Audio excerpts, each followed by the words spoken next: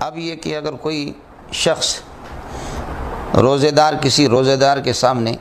کھانا پینا شروع کر دیتا ہے اور اس کے ذہن میں یہ ہے نہیں کہ میرا روزہ ہے، دوسرے شخص کو استحضار ہے اور معلوم ہے کہ بھائی ان کا روزہ ہے لیکن یہ بھول گیا، کھا پی رہا ہے، تو اس میں بہتر یہ ہے کہ اگر وہ شخص کمزور ہے بالکل اور دیکھنے والا دیکھ رہا ہے کہ یہ روزہ رکھ کر کے نڈھال ہو جائے گا اور نہایت دبلا پتلا آدمی ہے، کمزور ہے، تو پھر یہ ہے کہ اس کو نہ بتائے اور جانے دے اس کو کہ وہ کھا لے، روزہ اس کا فاسد نہیں ہوگا۔ اور اگر وہ طاقتور آدمی ہے کھانے والا، بھول کر کے کھا رہا ہے، دوسرا شخص اس کو دیکھ رہا ہے، پھر اس کو ٹوکنا چاہیے۔ لیکن دونوں حالتوں میں اگر کوئی ٹوکتا نہیں ہے اور وہ دونوں طاقتور اور کمزور، ان کے ذہن میں نہیں ہے، وہ کھا پی لیتے ہیں، روزہ ان کا فاسد نہیں ہوگا۔ لیکن یاد رہے کہ ایک نسیان کی حالت ہے اور ایک خطا کی صورت ہے۔ نسیان میں تو بالکل بھول گیا اور ذہن میں نہیں ہے کہ میرا روزہ ہے، کھانا شروع کر دیتا ہے، پینا شروع کر دیتا ہے، اس میں تو روزہ فاسد نہیں ہوگا، جیسے صورتیں اور تفصیل آپ کے سامنے عرض کی گئی۔ لیکن ایک خطا کی صورت ہے کہ ایک آدمی کے ذہن میں ہے کہ میرا روزہ ہے اور وہ کلی کر رہا تھا یا ناک میں پانی ڈال رہا تھا، کلی میں اس نے مبالغہ سے کام لیا اور ناک میں پانی چڑھانے میں مبالغہ سے کام لیا، اب ناک کے ذریعے سے پانی جا کر کے حلق پہ اتر گیا، یا کلی کر رہا تھا اور اس سے پانی اس کے حلق سے اتر گیا، ان دونوں صورتوں میں روزہ اس کا فاسد ہو جائے گا۔ یہ خطا کی صورت ہے، اللہ کے ہاں اس کی گرفت نہیں ہوگی چونکہ دانستہ طور پر اس نے کیا نہیں ہے، لیکن اس روزے کی ہے کہ قضا اس کے ذمہ پر لازم ہے۔ خطا میں اور نسیان میں دونوں میں یہی فرق ہے۔ خوشبو کسی قسم کا بھی ہو استعمال کرنے سے، ناک پہ لگا دے، کپڑوں پہ لگا دے، اس سے روزہ مکروہ بھی نہیں ہوگا اور روزہ فاسد بھی نہیں ہوگا۔ باقی سگریٹ کا دھواں ہے، اگر بتی کوئی جلا رہا ہے، چلتے ہوئے اگر دھواں وہ ناک پہ آ گیا اور یہ ہے کہ حلق سے اتر گیا، یا اگربتی کا دھواں وہ بھی سامنے آ گیا اور اس دھواں لے لیا اس نے اور غیر اختیاری طور پر حلق سے یہ دھواں چلا گیا، تو اس سے روزہ فاسد نہیں ہوگا۔ لیکن اختیاری طور پر قصداً و بالارادہ جان بوجھ کر کے سگریٹ والے کے سامنے آ جاتا ہے، کوئی سگریٹ پی رہا ہے اور اس کا دھواں وہ لے لیتا ہے اپنے اختیار سے، یا اگربتی جل رہی ہے اور اس کے سامنے آ کر کے دھواں لے رہا ہے، تو ایسی صورت میں روزہ فاسد ہوگا۔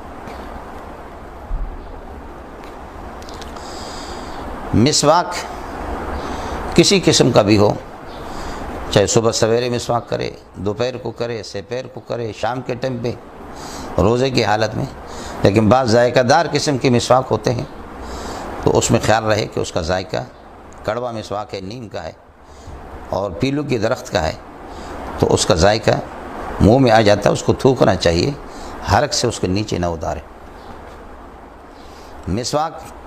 میں کسی قسم کی کراہیت بھی نہیں ہے۔ یہ جو حدیث میں آتا ہے لخلوف فم الصائم اطیب عند اللہ من ریح المسک، روزے دار کی منہ کی بو اللہ تعالیٰ کو مشک سے بھی زیادہ محبوب ہے، تو اس بو سے یہ نہیں ہے کہ اپنے منہ کو گندہ چھوڑ دے اور اس طریقے پر ذکر و اذکار بھی کر رہا ہے، تلاوت بھی کر رہا ہے، نمازیں پڑھ رہا ہے گندے منہ کے ساتھ، دانت بھی اس کے پیلے پڑ گئے، زرد پڑ گئے، مسواک ہی نہیں کر رہا، اور چونکہ روزے کے دوران سمجھ رہا ہے کہ ممنوع ہے، تو ایسی کوئی بات نہیں ہے۔ اللہ پاک کو اور اللہ کے ہاں جو روزے دار کے منہ سے جو بو آ جاتی ہے اور وہ اللہ کو جو محبوب ہے وہ معدے کی بو ہے، کہ معدہ خالی ہو، اور آدمی ظاہر ہے کہ جب سانس لیتا ہے تو معدہ جب خالی ہے تو اس قسم کی بو اس کے معدے سے جو نکل جاتی ہے، یہ اللہ کے ہاں قیمتی ہے۔ بنیادی چیز یہ ہے کہ یہ چونکہ اس کے خالی پیٹ ہونے کو بتا رہی ہے، باقی مسئلہ رہ گیا کہ منہ کو بالکل گندہ چھوڑ دیتا ہے، دانتوں کو گندہ چھوڑ دیتا ہے، یہ شرعاً پسندیدہ نہیں ہے۔ کسی ٹائم پہ بھی مسواک کرے، مسواک مسنون اور سنت ہے،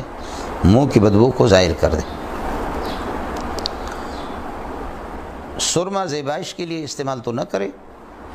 باقی ویسے سرما لگایا اور منہ میں اس کا ذائقہ بھی آ گیا۔ بسا اوقات آدمی تھوکتا ہے، تھوک میں وہ سرمے کے کچھ اجزاء بھی دکھائی دیتے ہیں، رنگت بھی اس میں آ جاتی ہے۔ جیسے بھی ہو،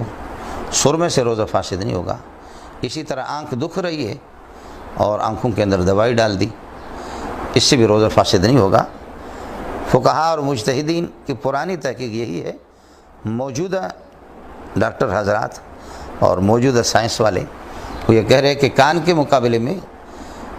آنکھ سے زیادہ دوائی فوراً حلق پہ اتر جاتی ہے، اس لیے اب ہندوستان اور یہاں کے کچھ علماء اس بات کے قائل ہو گئے کہ روزہ اس سے فاسد ہوگا۔ احتیاطاً ان کی بات کو اپنائی جائے، لیکن اگر کسی نے ضرورت کے تحت دوائی استعمال کر بھی لی اور آنکھ دکھ رہی تھی، سرما استعمال کر لیا، آنکھوں میں دوائی استعمال کر دی، اس کو موجودہ ان حضرات کے فتویٰ پر اعتماد کر کے شاید فتویٰ نہیں دیا جائے گا۔ قرآن فقہا کا فتویٰ وہ اپنی جگہ پر برقرار ہے، احتیاط کر لے۔ باقی زیبائش کے لیے بغیر ضرورت کے سرما استعمال کرتا ہے، یہ ٹھیک نہیں ہے، روزہ پھر بھی اس کا فاسد نہیں ہوگا۔ روزے کے دوران اگر کسی کو احتلام ہو گیا، اس سے روزہ فاسد نہیں ہوگا۔ رات کو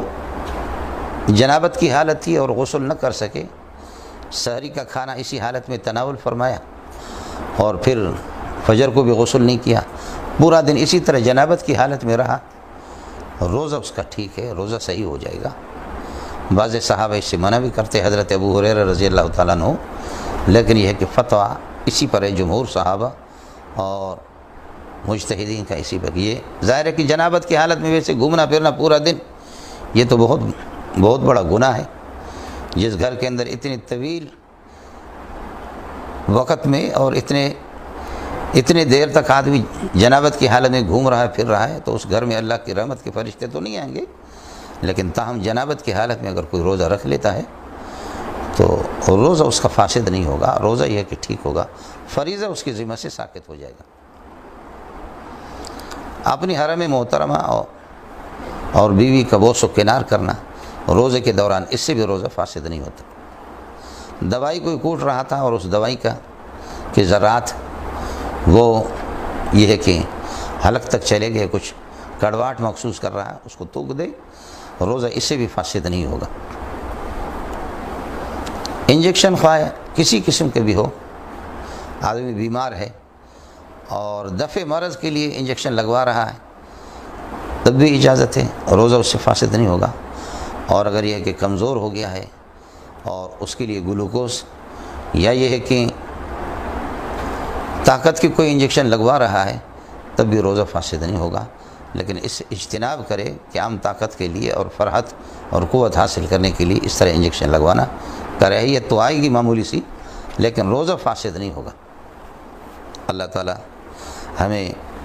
شریعت اور احکام شرعیہ،